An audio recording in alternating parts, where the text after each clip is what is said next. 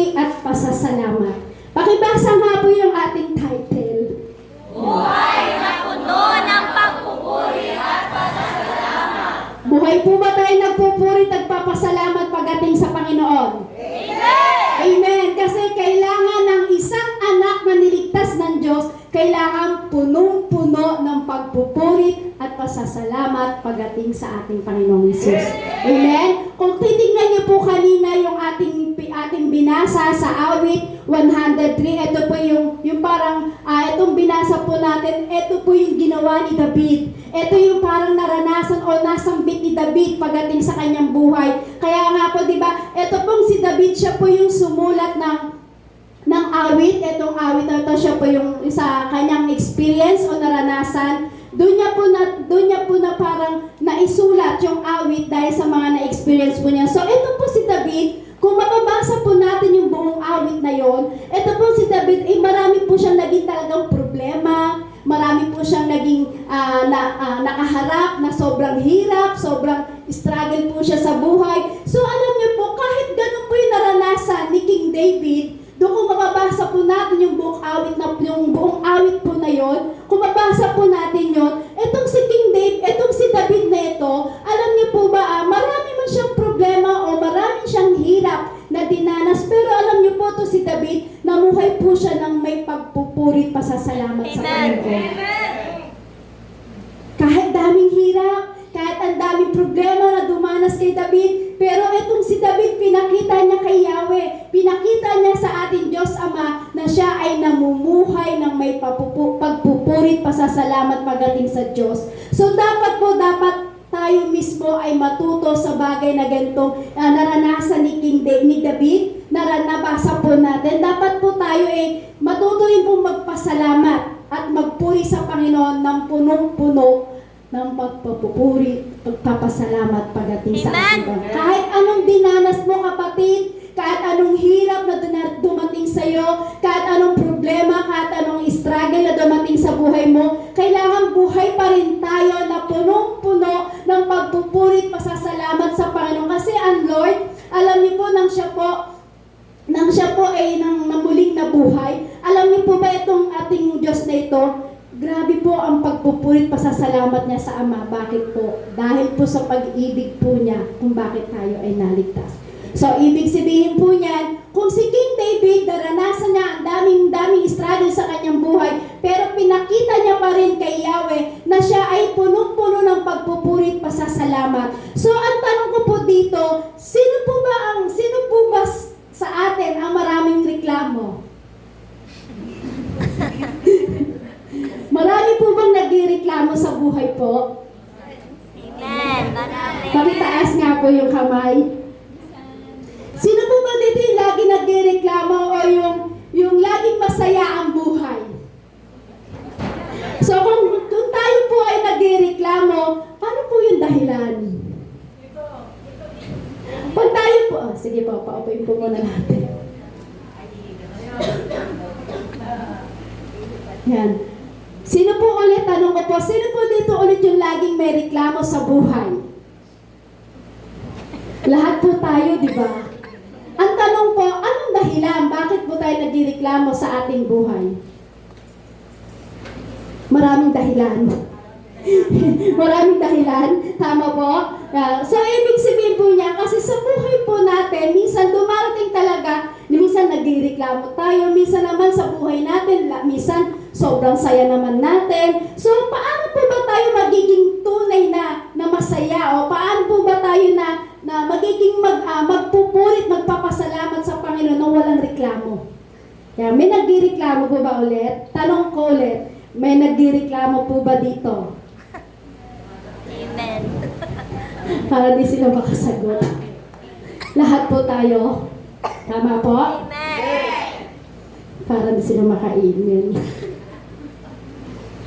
So, ibig sabihin po, lahat po tayo ay dumarating at sa araw-araw na dumarating sa ating buhay ay tayo po ay nagkakaroon ng problema. Ngunit alam niyo po, kung matututo po tayo na magpuri at magpasalamat sa Panginoon, sa Panginoon, alam niyo po, kung matututunan po natin yon, kailanman hindi tayo magreklamo sa Panginoon. Amen! Kung tayo po ay matututong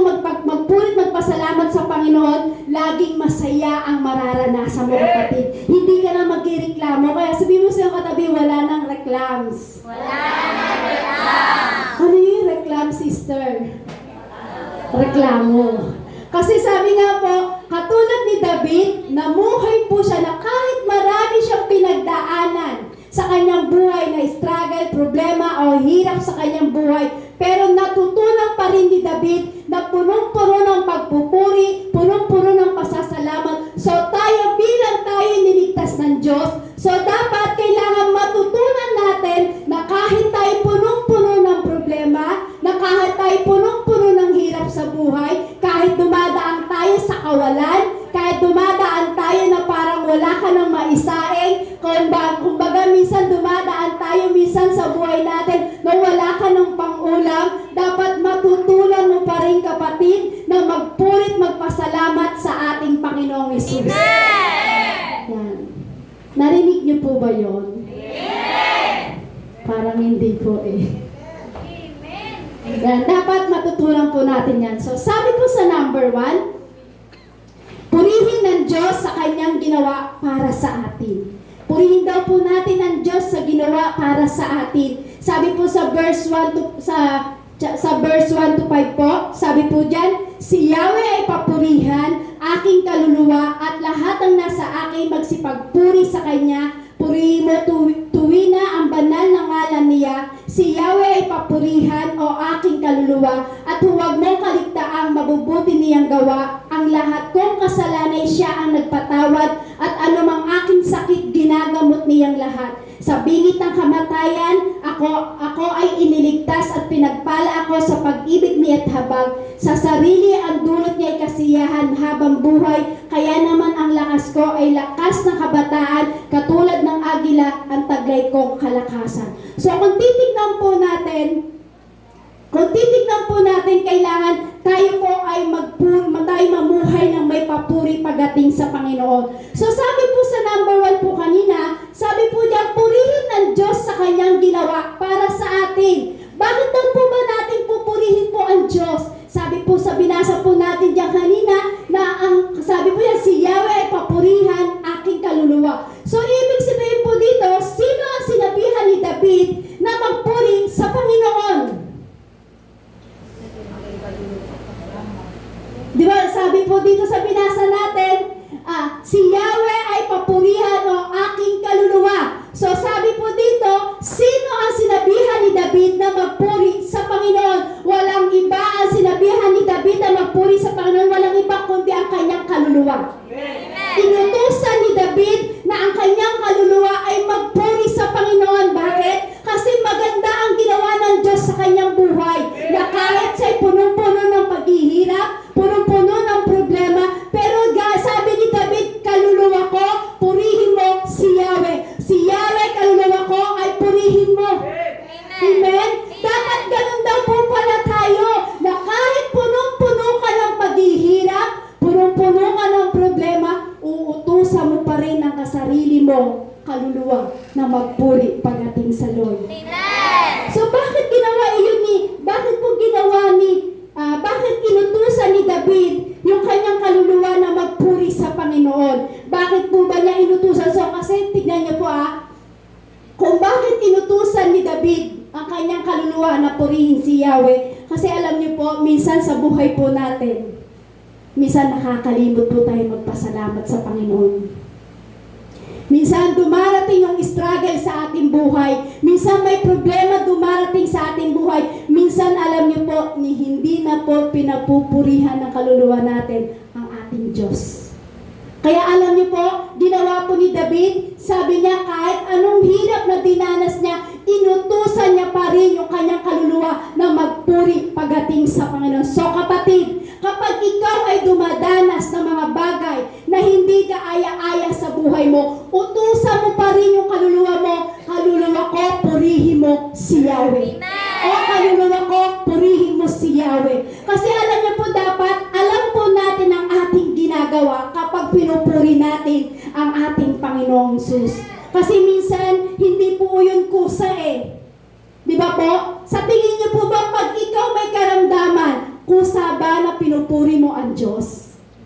O halimbawa, meron meron tayong problema na dumating sa buhay, kusa po ba na pinupuri natin ng Diyos? Di ba minsan nakakalimot po tayo? Amen. Kaya alam niyo po, ng time na ito si David ay punong-puno ng problema sa kanyang buhay. Alam niyo po ginawa niya, dahil alam niya nasa katawan siya, sa physical na katawan, alam niyang mahina, pero alam niyo po ginawa ni David, inutusan niya ang kanyang kaluluwa na magpuri sa Lord para lumakas ang kanyang kaluluwa. Amen. So bakit po? Dapat alam po natin, kapag ginagawa po natin, alam po natin dapat yung ginagawa po natin kapag pinupuri po natin ng Diyos. Kasi minsan, hindi nga po ito kusa. Hindi po ito kusa na tulad ng parang paghinga. Di ba po, ang paghinga po natin ay kusa po yan. Yung parang kusang humihinga tayo. Tama po ba? Subukan mga huminga ng malalim. Di ba kusa? Kusa natin siyang nakukuha. Kusa natin siyang parang, parang kumbaga, ang tawag doon yung banayad. Sa paghinga, walang nakabara. Kumbaga, ang laya-laya mong huminga. So, ibig sabihin, ang espiritu po kasi ni King David yung time na yon ay punong-puno po ng kahinaan dahil sa maraming problema na dumating sa kanyang buhay. So, ano po nangyari? Ginawa niya, inutusan niya ang kanyang kaluluwa na magpuri pagdating sa Panginoon. Kasi kung hindi niya po utusan, hindi magkukusa po yun. Amen. Amen po? Amen. Kasi hindi po yung kusa katulad ng paghinga po natin. Pero alam niyo po, pagkatapos po ng pagpupuri natin pagdating sa Lord, maaari po natin talagang yung makamit, yung totoong talagang nagpupuri sa Lord. Paano po ba yun? Kasi minsan po pag tayo dumarating ng may problema sa buhay, magpipray nga po tayo, magpupuri tayo sa ating Panginoon, pero nandun pa rin eh. Tama po ba? Naranasan niyo po yun? Yung punong-puno ka ng problema, pero nagpuri ka at nagpray ka sa Panginoon, inutusan mo yung kaluluwa mo, pero kung hindi talaga na parang pupurihin mo ng todo ang Diyos, yung parang ang mangyayari po, di ba? Yung parang magpupuri ka pero andun pa rin. Parang hindi pa rin nawawala. Pero alam niyo po ito si David, ginawa po niya para mawala po yun. Yung mismong kaluluwa niya ang inutusan niya. Kaya dapat kapatid, bilang tayo na nakakaranas ng pagsubok sa ating buhay, dapat ganun ginagawa natin. Kung hirap na hirap pa natin, hindi na kayang magpuri ng Espiritu mo, utusan mo lang, sabihin mo, Yahweh! Parang utusan mo yung Espiritu mo at tawagin mo ang pangalan ni Yahweh at sabihin mo, kaluluwa ko, purihin mo si Yahweh. O kaluluwa ko, purihin mo si Yahweh. O kaluluwa ko, purihin mo si Yahweh. Alam niyo po, pag ikaw ay may problema at sinabi ng lagi ng Espiritu mo yun, makikita mo, kusa nang nagpupuri ang kaluluwa mo, kapatid. So, sabi po dyan, ano ang sinabi ni David na gawin sa kanyang sarili? Ano po ba yung sinabi ni David to? Sabi po sa verse 2 po, di ba? Si Yahweh ay papurihan o aking kaluluwa at huwag mong kaligtaang mabuti niyang gawa. Kasi kung bakit inutusan ni David na purihin ang kanyang kaluluwa si Yahweh, kasi alam niyo po, kasi alam ni David kung ano ang mabubuting gawa ni Yahweh sa kanyang buhay. Amen. So kapatid, alam niyo po ba kung ano yung mabuting ginawa ng Diyos sa buhay niyo po? Amen. Ano po yun? Tinubos sa kasalanan. Iligtas. Tinubos sa kasalanan. So, tingnan niyo po ano ang sinabi po ni David? Sabi niya po, di ba, kung ano yung gagawin ng kanyang sarili? Sabi niya, si Yahweh ay papurihan aking kaluluwa at huwag mong kaligtaang mabuti niyang gawa. So, ibig sabihin, itong si David, alam niya yung mabuting ginawa sa kanya ni Yahweh, kaya pinapupuri niya. So, kapatid, ikaw, bakit hindi mo pupurihin ng Diyos sa buhay mo kung alam mong maraming mabubuting gawa ang Diyos sa buhay mo? So, ibig sabihin, kung maraming magagandang mabuting ginawa ang Diyos sa buhay natin, utusan mo ng utusan ng sarili mo, utusan mo ng utusan ng kaluluwa mo, utusan mo ng kaluluwa mo na si Yahweh ay papurihin kaluluwa. Kasi dapat alam mo kung ano yung bagay na magandang ginawa ng Diyos sa iyo para papurihan mo ang ating Panginoong Hesus. Pag alam mong maganda at maraming mabubuting ginawa ang Diyos sa buhay mo, papurihan mo siya ng todo, kapatid. Amen? Kasi tingnan niyo po kadalasan po kasi sa atin, sa gitna ng pagpapala, kadalasan sa gitna ng pagpapala o kasaganahan, kapag maayos po ang lahat, minsan nakakalimutan po natin papurihan ng Diyos. Tama po? Sino po magsasabi ng tama? Na kadalasan minsan, pagdating sa kalagitnaan ng pagpapala, sa kalagitnaan ng sagana sa buhay, kapag minsan sa kalagitnaan ng maayos ang kanyang buhay, ang lahat minsan nakakalimutan kung ano yung mabubuting gawa ng Diyos sa kanyang buhay. Amen. Yun po yung totoo.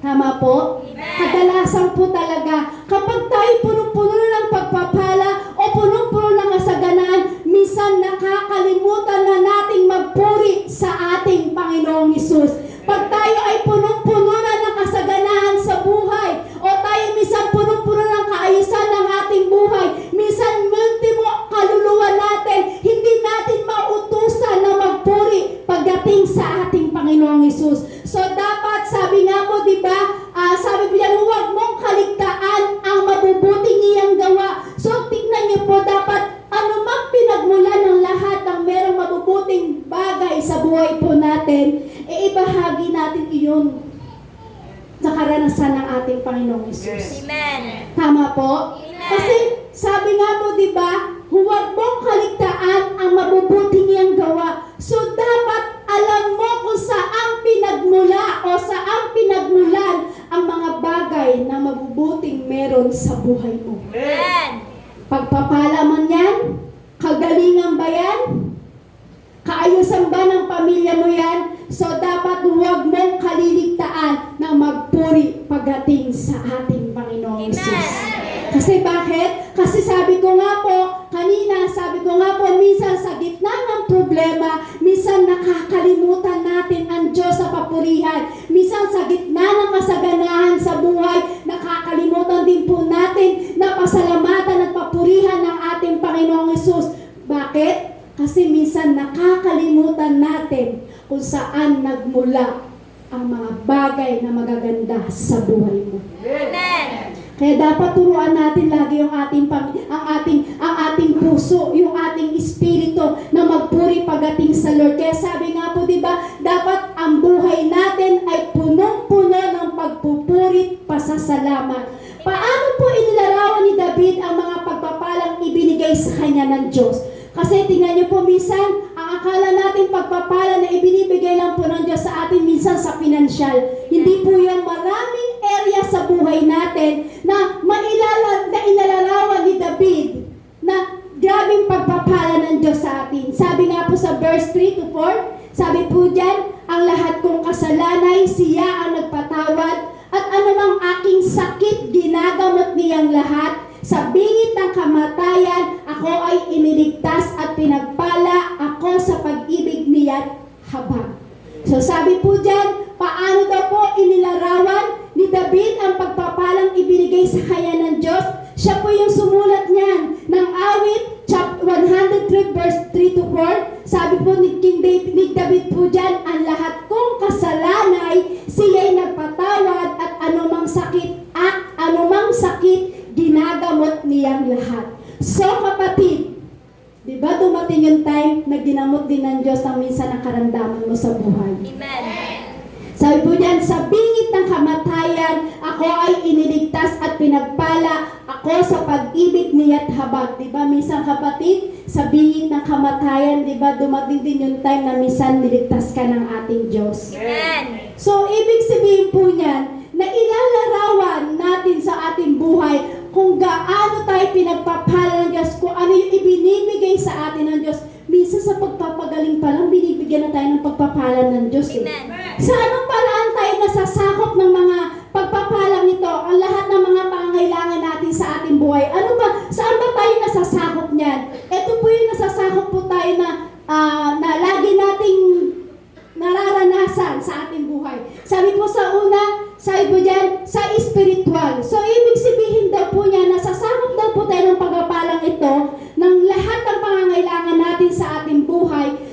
spiritual. So, ibig sabihin, paano po ba sa spiritual? Kasi sa spiritual po, dumating di ba po yung time na sa spiritual, di ba, tayo, sabi po dyan, sa kasalanan ko ay siya ang nagpatawad. Amen. So, ibig sabihin, kasi yung dating hindi pa natin pinupulit, pinasasalamatan ng Diyos, ay tayo po ay hindi marunong magpasalamat. So, ibig sabihin po yun, tayo po yun ay makasalanan pa at hindi pa pinapatawad ng Diyos. Amen. Pero dahil sabi nga po, nasasakop na tayo sa pagpapalang lahat ng pangangailangan natin sa buhay, unang-una sa spiritual. Sa spiritual mo kapatid, ang nangyari po na pagpapalang ibinigay ng Diyos sa atin, yung patawarin ka sa kasalanan. Amen. Sino po dito nagsasabi na siya pinatawad na sa kasalanan? Amen. Lahat po tayo, amen? Amen. Lahat po tayo ay pinatawad na ng Diyos sa kasalanan. Kaya sabi nga po, yun na po yung bahagi ng pagpapala na maganda at mabuting ibinigay po sa atin ng Diyos. Yung time na ikaw ay pinatawad ng Diyos sa kasalanan. Saan ba po? Sa physical. So sa physical po, sabi po dyan, di ba, sa binasa din po natin kanina sa verse 3 po, di ba po, alam niyo po ba yung nasasakop tayo o yung magandang pangangailangan o magandang pagpapala na ibinigay ng Diyos sa'yo? Minsan sa physical, saan ba yung physical na yan? Sa anumang sakit, ginamot ka ng Diyos.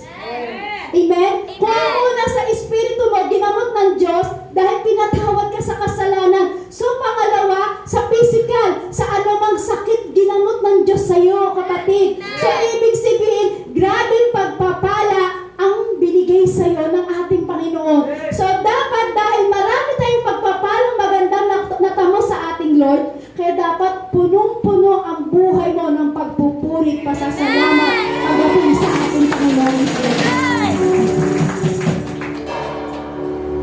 Kaya nga po, di ba, kailangan, sabi nga po sa sa awit 130 verse 4, sabi dito, ngunit iyong pinatawad, kasalanan ay nilimot, pinatawad mo nga kami upang sa iyo ay matakot. So, ibig sabihin po niyan, tayo po ay pinatawad po ng ating Panginoong Hesus. So, pangatlo po, sa emotional. Minsan po, di ba, minsan sa emotional, minsan, di ba, dumarating po sa ating emotion na minsan hindi natin maintindihan, pero alam niyo po, paano po tayo pinagpala po ng ating Panginoong Hesus? Di ba, minsan sa sobrang galit mo, wala ka ng pag-ibig.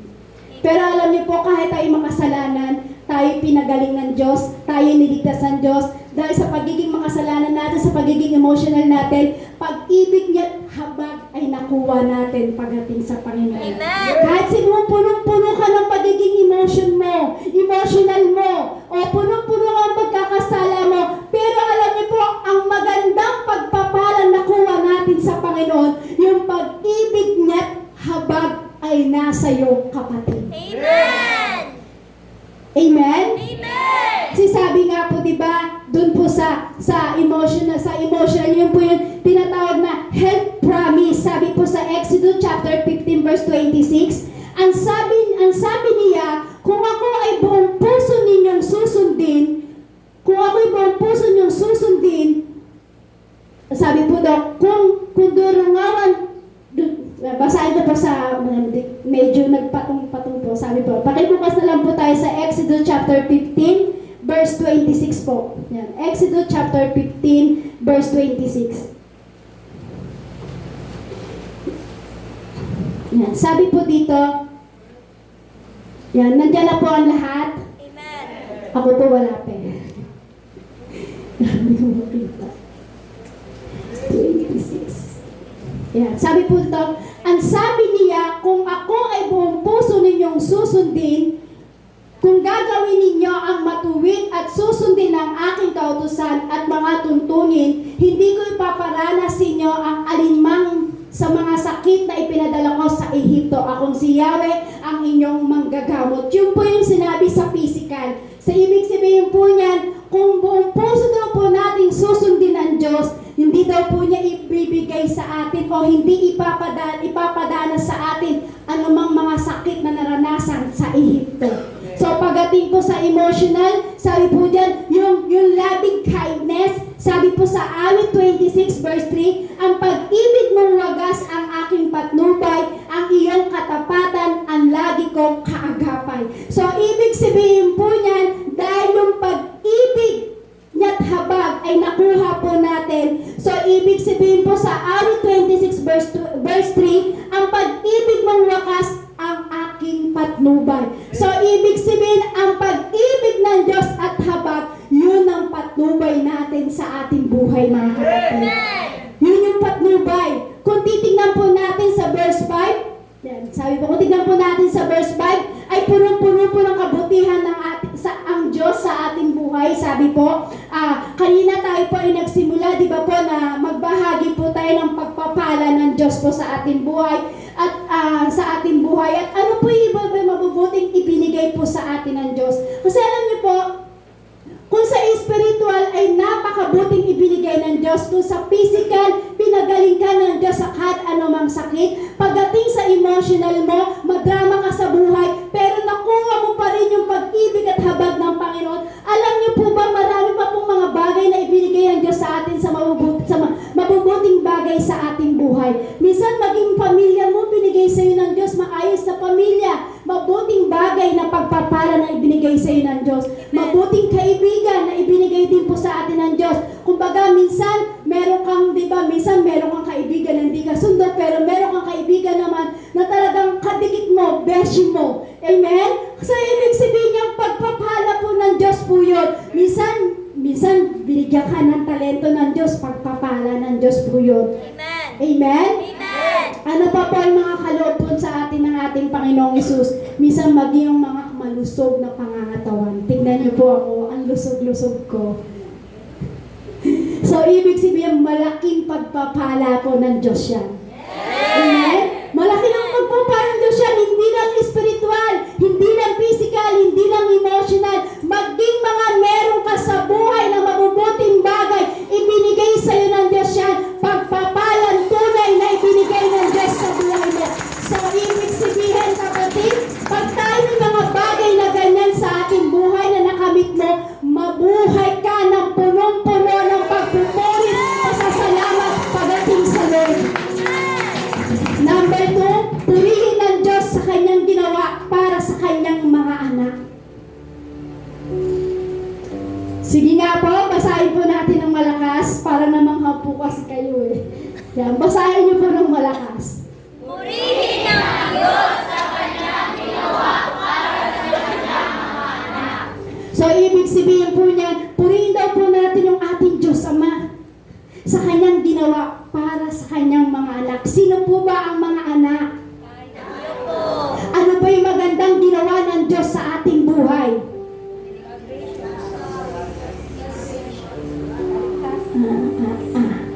Salvation. Kaligtasan. Tinagalog nyo lang po tsaka in-English nyo eh. So, ibig sabihin, pag marami kang bagay na nakuha yan, dapat matutunan mong purihin ng Diyos sa kanyang ginawa para sa kanyang mga anak. Tayo yun. Tayo yun, kapatid. Tayo anak ng Diyos. Ng mga bagay na ginawa niya ng mabubuti sa ating buhay. Kaya kailangan purihin natin ang Diyos sa mga bagay na ginawa niya sa atin. Bakit? Kasi siya'y matuwid at kanyang binigyan ng katarungan ang mga inaapi. Dati tayong inapi. Amen? Naniniwala po ba kayo na dati tayong inapi? Oo, sister, inapi ako ng kapatid ko. Oo, sister, inapi ako ng kapitbahay namin. Hindi yun. Nang hindi mo pa nakikilala ng mabuti ang ating Panginoong Jesus, hindi mo pa kilala ang Diyos, hindi mo ba alam, inaapi ka na ng demonyo. Pero alam niyo po, dahil ayaw tayong inaapi, ayaw ng Diyos na tayo inaapi ng kaaway, kaya ano ginawa po ng Diyos? Tayo ay niligtas niya. Kaya sabi nga po, siya'y matuwid at kanyang binibigyan ng katarungan ang mga inaapi. Sabi nga po sa verse 6, si Yahweh ay humahatol, ang gawad ay katarungan, natatamo ng inaapi ang kanilang karapatan. So, ibig sabihin po niyan, tayo po dapat ay hahatulan na sa kasalanan. Pero dahil ayaw ni Kristo na tayo ay hatulan at ayaw ni Kristo na tayo inaapi sa kasalanan ng demonyo, so ano po ginawa ng ating Panginoong Hesus? ay may ginawa sa ating buhay. Yung pagpapalang salvation na tinanggap mo, yung kaligtasan na tinanggap mo pagdating sa Panginoon, malaking pagpapala na yun, kapatid, sa buhay mo. Yung kaligtasan, yung salvation na nakuha mo sa Panginoon, alam niyo po, dapat punong-puno ka na ng pagpupuri, pasasalamat pagdating sa Panginoon. Bakit? Kasi alam niyo po, kung bakit kailangan natin purihin ng Diyos, dahil sa Kanya, sa pagpapako sa krus, ikaw ay natubos sa kasalanan. So, ibig sabihin, kapatid, natubos ka sa kasalanan, kaya matutunan natin magpuri ng punong-puno ng pasasalamat pagdating sa iyo. Kasi hindi ka hinayaan ng Lord na iabihin ka. Amen? Amen. Ipinahayag niya ang kanyang sarili sa kanyang mga anak. Paano po ba ipinahayag ng Diyos ang kanyang sarili sa kanyang mga anak? Paano ba ipinahayag ng Diyos ang kanyang sarili sa atin? Sabi po sa verse 7, mga plano niya at utos kay Moises ibinilin ang kahanga-hangang gaway na saksihan ng Israel. Paano po ba to?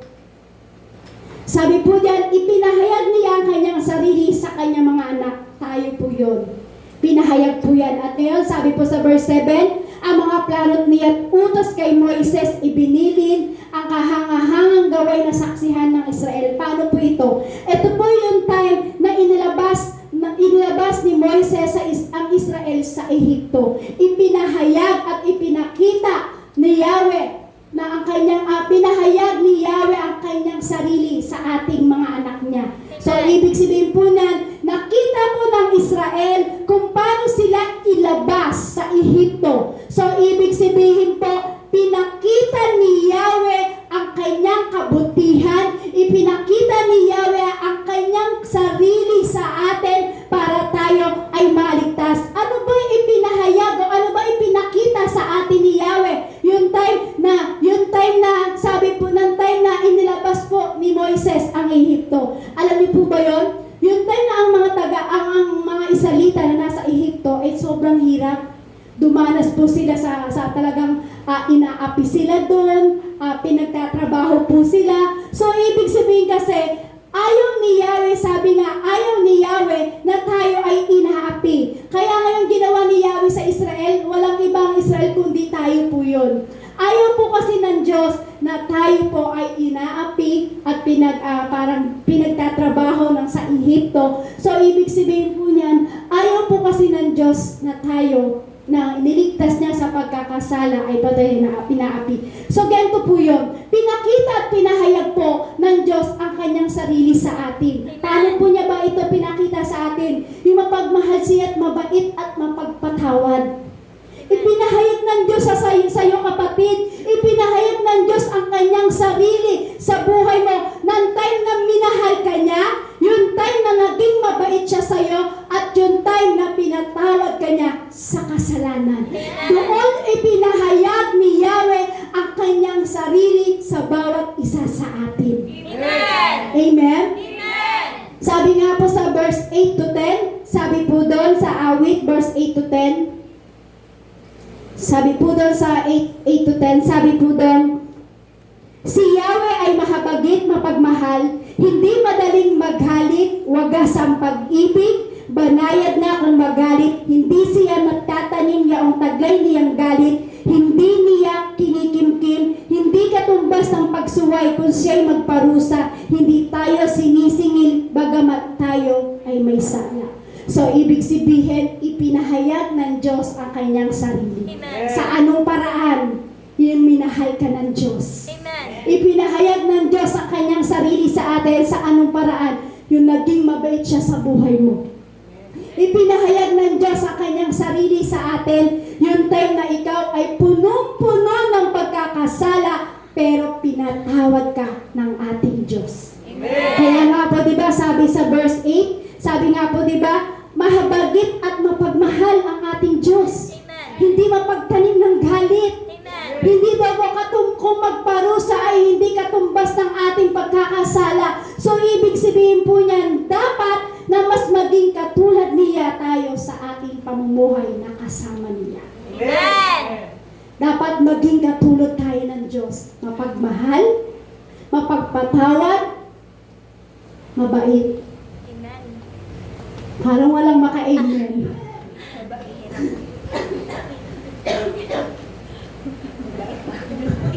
Mabait lang. Diba po? Kasi sabi po dyan, so ibig sabihin, kung ipinahayag daw ng Diyos ang kanyang sarili sa atin, dapat ganon din tayo maging katulad ng Diyos. Mapagmahal, mabait, at mapagpatawad.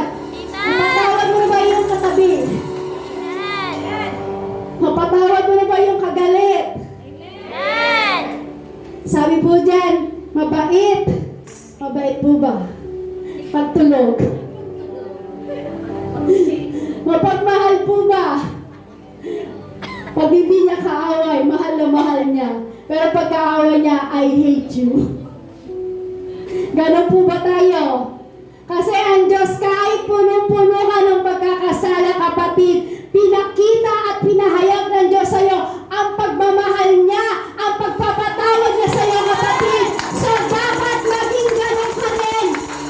Kung pinahayag at ipinaramdam sa iyo ng Diyos ang pag-ibig, ipinaramdam sa iyo ng Diyos ang kapatawaran, dapat maging ganon din tayo, kapatid. Amen? Kailangan mabait ka rin. Kailangan magpatawad ka rin. Hindi sa lahat, kailangan mapagmahal ka, anak ng Diyos.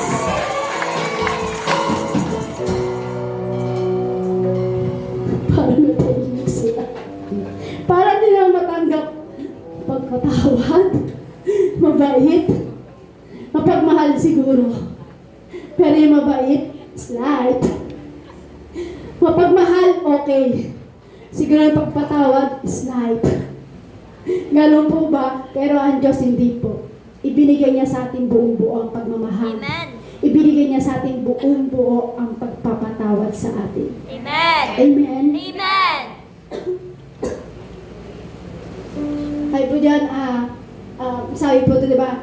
Kung titignan po natin, ano po ba yung ginamit po ni David doon po sa awit kung paano niya ilalarawan yung pag-ibig po ng Diyos. Paano niya ba ito mailalarawan? Sabi po nga po sa verse 11 to 13, sabi po doon sa awit 103 verse 11 to 13, ang agwat ng lupa, tingnan niyo po kasi paano daw po ba ilalarawan natin o paano inilarawan ni David dito sa sinulat niya sa awit kung gaano kalawak ang pag-ibig at habag ng Diyos sa atin. Sabi po sa 11, ang agwat ng lupa't langit sukatin may hindi kaya. Gayon ang pag-ibig ng Diyos sa may takot sa Kanya. Kung gaano kalayo ang silangan sa kanluran, gayon din niya inalis sa atin ang ating mga kasalanan. Kung paano nahabag ang Ama sa anak niya, gayon siya nahahabag sa may takot sa Kanya. So, ibig sabihin, kung inalarawan ni David, grabing kalawak ang pag-ibig ng Diyos. So, ano po dapat natin, ang tugon po natin sa mga bagay na yon? Dapat makita natin kung gaano kadakila ang Diyos, dapat makita natin tayo ay minsan mahina at walang kakayanan eh. Tama po? Dapat minsan makita natin kung gaano kadakila ang Diyos at kung gaano kalawak ang pag-ibig ng Diyos. Dapat minsan, kapatid, makita mo, minsan mahina ka at minsan wala ka ring halaga. Amen? Amen.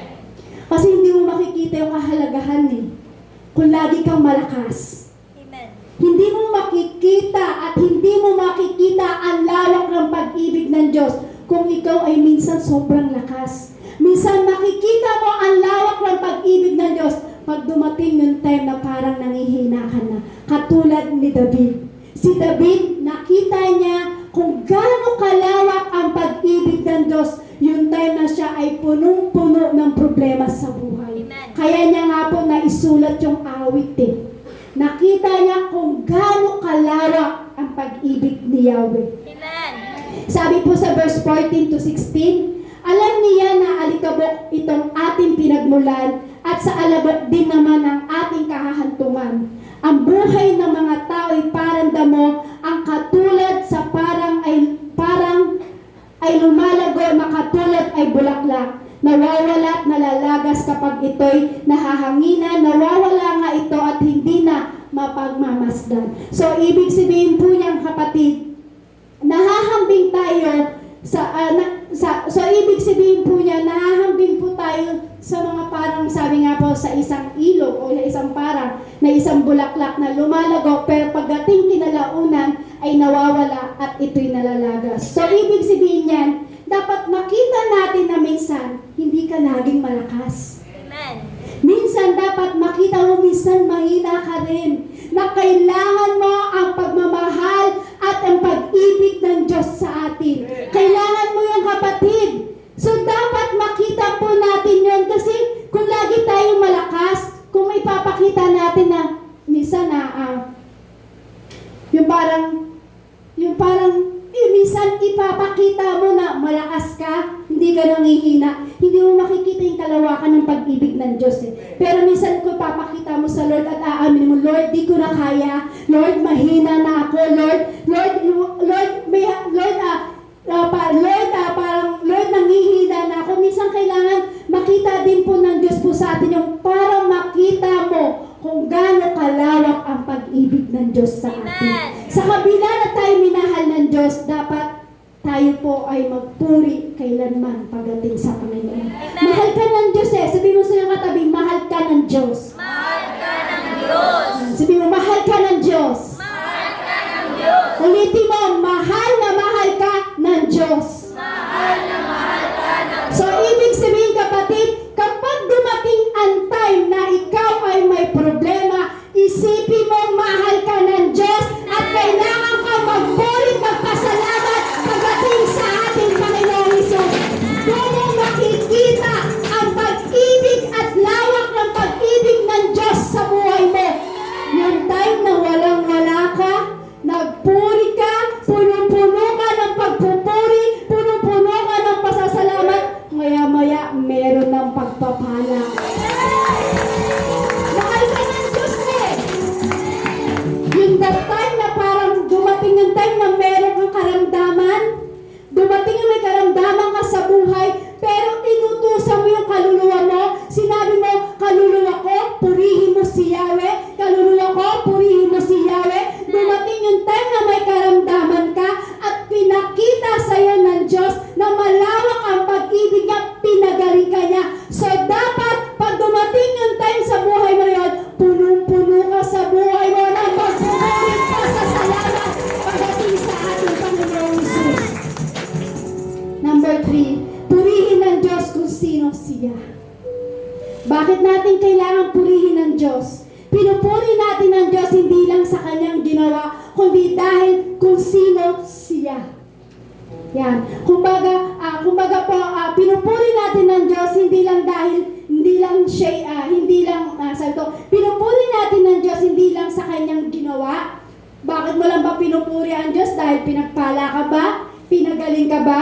Hindi po, kundi dahil kung sino talaga ang Diyos na ito, kung bakit mo pinupuri.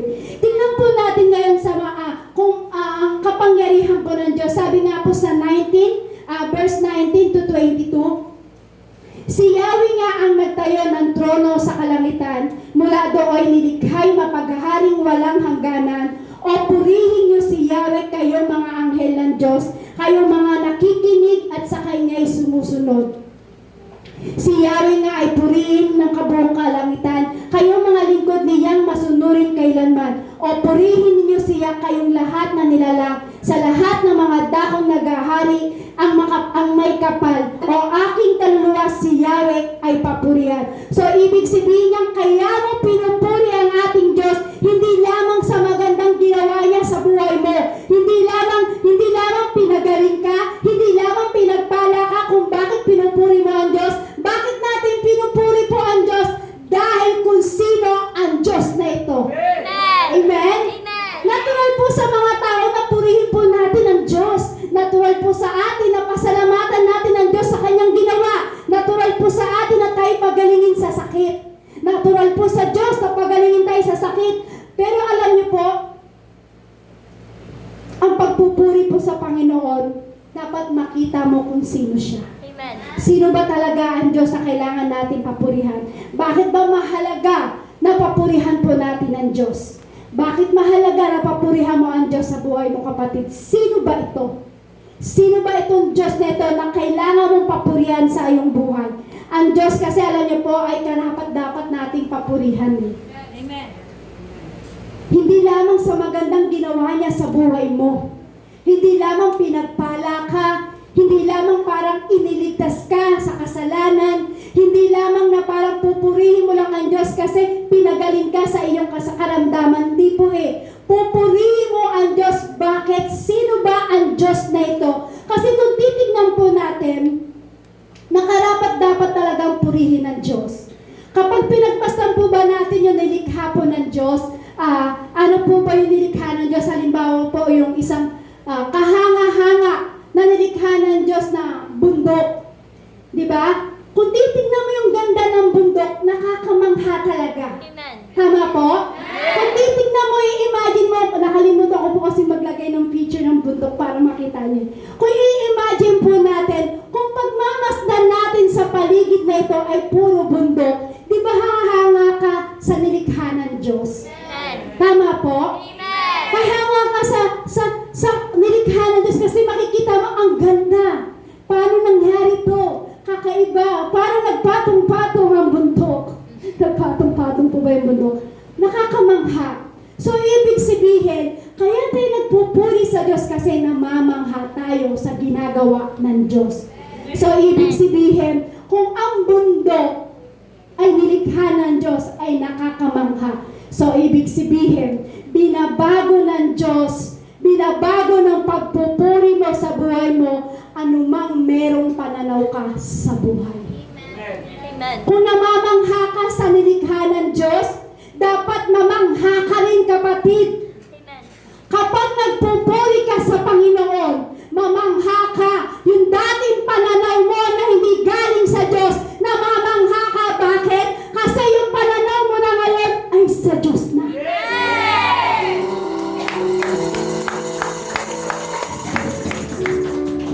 Sa Diyos na.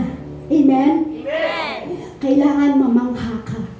Kung gaano ka namangha sa ganda ng bundok ng likha ng Diyos, nakakamangha kung paano tayo magkaroon ng pananaw ngayon sa buhay. Sa halip na bigyan po natin ng pansin yung ating mga problema, hindi na po yun eh. Dapat ang ating alalahanin po kung gaano makapangyarihan ang Diyos sa buhay mo. Amen. Kung titignan natin sa pamamagitan po ng mga bagay dito po sa mundo, makikita mo po kasi, hindi mo na kailangan pagtuunan pa ng pansin yung mga bagay na mayroong problema sa buhay mo. Mamamangha ka dahil sa punong-puno ka ng pagpupuri sa Panginoon at pasasalamat, namamangha ka sa mga bagay na ginagawa ng Diyos sa buhay mo. Sino po ba ang dapat na magpuri sa Diyos? Sabi po dito sa 22, o purihin ninyo siya kayong lahat ang nilalang sa lahat ng mga dakong naghahari ang may kapal o aking kaluluwa si Yahweh ay papurihan. So ang tanong po doon, isa ka ba doon, kapatid? Isa ka ba doon na namumuhay ng may pagpupurit pasasalamat sa Panginoon? Isa ba tayo doon, kapatid? Paano ba tayo matututong mamuhay ng may pagpupurit pasasalamat sa ating Panginoong Hesus? So, ibig sabihin sa araw-araw na iniisip mo sa buhay, o kumbaga, sabi nga po, diba, paano tayo matututong mamuhay ng may pagpupurit pasasalamat sa Lord sa araw-araw na nag-iisip ka? Tatlong bagay lang naman yung dapat mong isipin eh.